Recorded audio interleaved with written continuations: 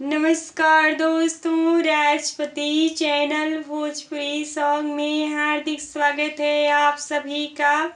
छठ पूजा गीत है, कैसा लगा कमेंट में आप लोग ज़रूर बताइएगा हमें। होगी गईले दो जिया के चंदवा, जीवा गईले गावड़ा। होगी गईले दो जिया के चंदवा, जीवा गईले गावड़ा, जीवा गईले गावड़ा। नाई कैनी छठी के तैयारिया, कुछ ना घरे मामा। नाई कैनी छठी के तैयारिया, कुछ ना घरे मामा, कुछ ना घरे मामा। बहरे से आवे कावन देव, धान बैठे मानामा। धान बैठे मानामा। उगी गईले स्वामी जी दुई जके चंदावा, जियरा गईले घावड़ा, जियरा गईले घावड़ा। उगी गईले स्वामी जी दुई के चंदावा, जियरा गईले गावड़ा।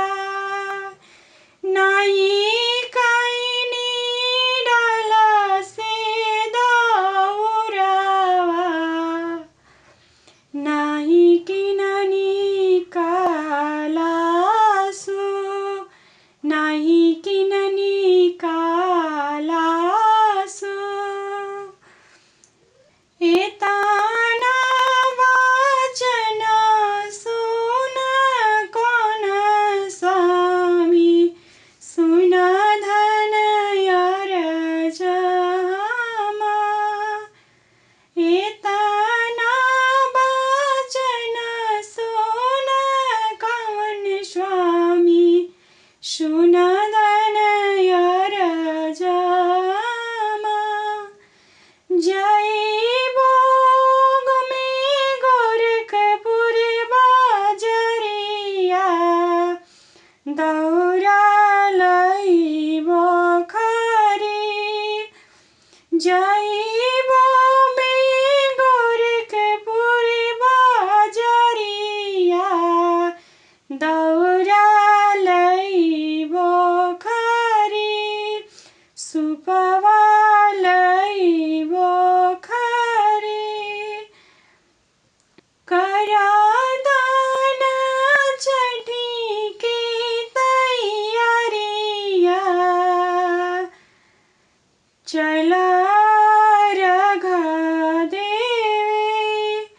करा दानी छठी के तैयारिया, चला रघा देवे। उगी गईले दुई जिया के चंदावा, जिउआ गईले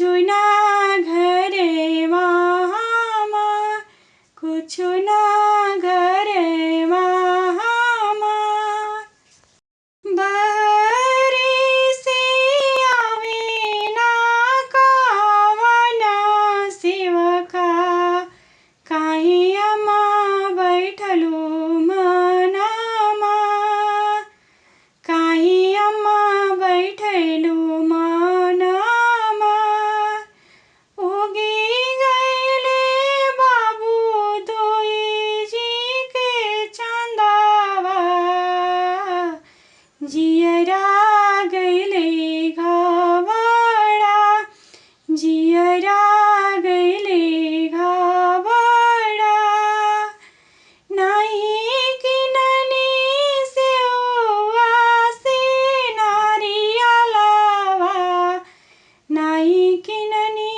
पनवा के पात, नहीं किननी पनवा के पात, एतना बचनी बाबू आसारामा,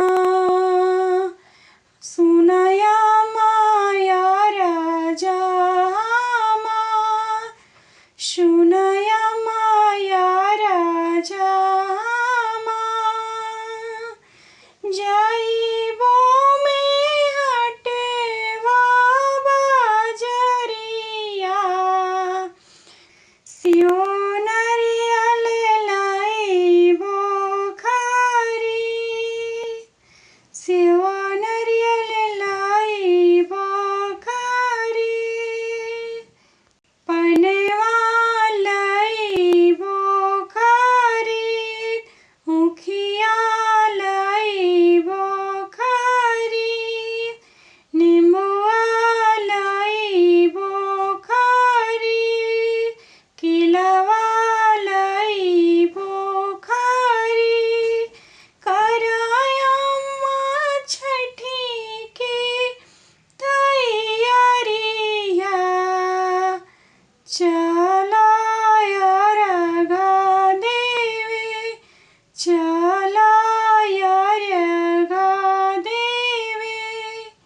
वीडियो अच्छा लगा हो तो प्लीज़ लाइक शेयर सब्सक्राइब जरूर कीजिएगा। धन्यवाद दोस्तों।